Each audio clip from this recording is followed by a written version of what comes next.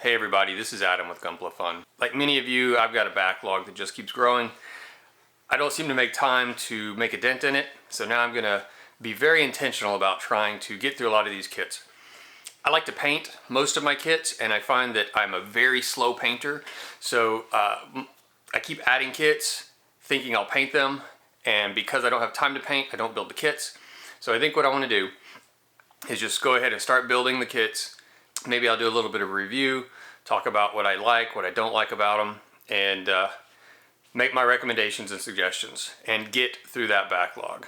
So looking forward to doing it, looking forward to interacting with you, hearing your thoughts on things as well. Here we go, kit number 1. And here it is, the first of the great backlog build, the RGM-79D GM or GEM Cold Districts type. This is a kit I've actually built a few times. I think I bought 3 or 4 of them at once because I love the model of this kit. The sculpt is amazing. The illustrations on the box are so cool. And I know that it's a fun build, even though it's an old one. I think this is back from 2003. So let's go ahead and open this thing up, take a look at what's inside, and get started. Alright, here we go. Instruction manual, very simple, just a couple of pages. The accordion style, pamphlet style, color guide, and you know, this is a great kit. I love this, right? So I'm going to just dig right in here. Here we go. There's a very, very tiny sticker sheet.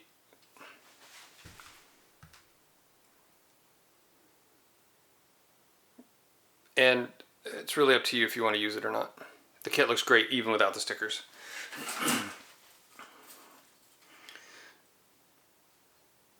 Just going to go through some of the runners. That's the head and the feet and some skirting armor, shoulder armors, hands. It does have this little antenna in here. That's a nice little touch that really helps these gems stand out. Polycaps, weapons runner, and some joints.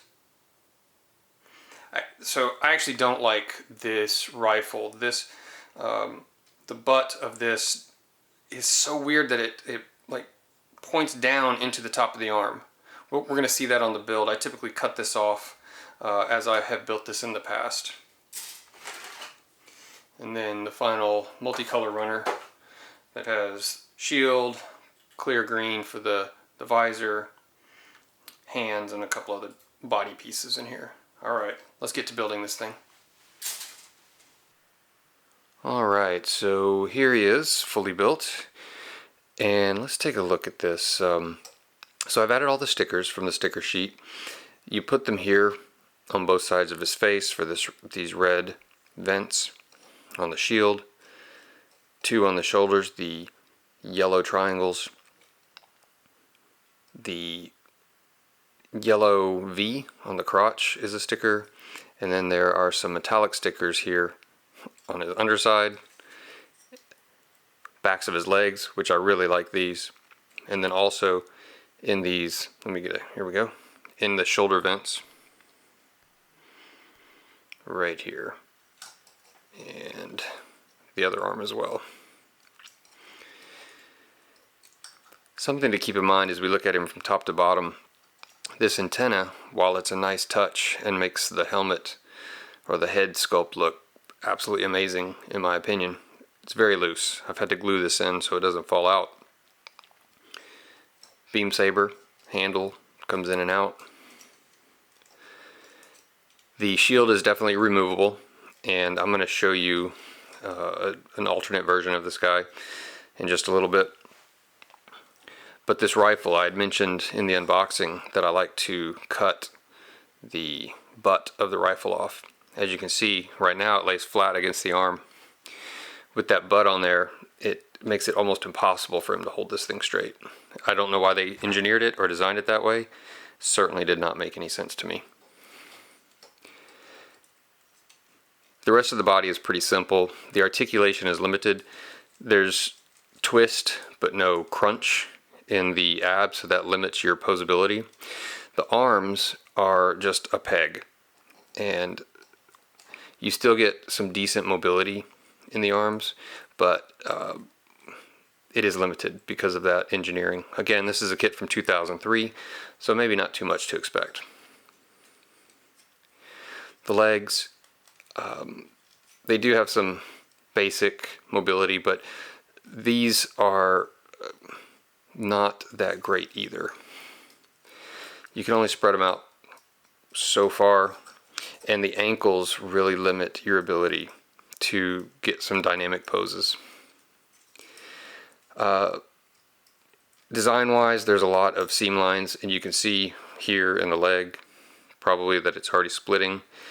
You can squeeze that together, but ultimately I think you're going to want to glue this together, sand it down if that's your desire. Same thing with the ankle guards. These are two pieces sandwiched together, creating a seam line, and then the arms all the way down have a seam line on the back and on the front. Tops of the chest also have seam lines. You can probably see them. I tried sanding these down a little bit. It didn't help as much as I'd hoped, but in all, the overall aesthetic of the kit is very appealing to me. I love it. I would definitely consider buying it again. You shouldn't pay more than $9 or $10 for this, and it is surpassed by far by the entry grade RX-78D and even the Revive kits, which are only a few dollars more. If you like the look of this, I highly recommend it. If you don't like the look of it, I would say pass, get something a little bit newer. Here he is with the bazooka from the RX-78D.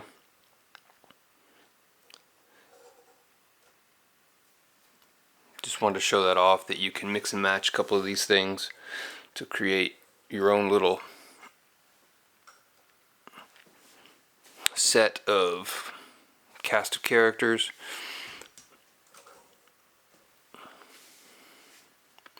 Like I said, I personally, oh, there goes the antenna. I thought I glued it in. I think I glued the other one in.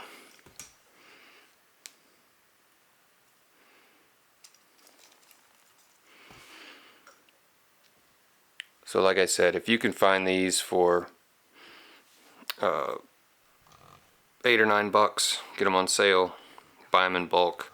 They're a lot of fun. They only take about an hour to build. If you're taking your time, you can build them much quicker than that if you just want to get it done quickly. Alright, let's take a look at some of these in some different poses. Let's do some size comparisons. First, next to a hot cup of coffee, to a disgusting energy drink, 16-ounce can, a Dwight Schrute bobblehead, a small high grade, a tall real grade, a medium size master grade, or average size master grade, a big master grade,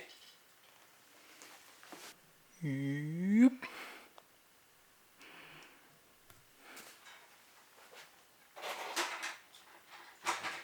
and a perfect grade.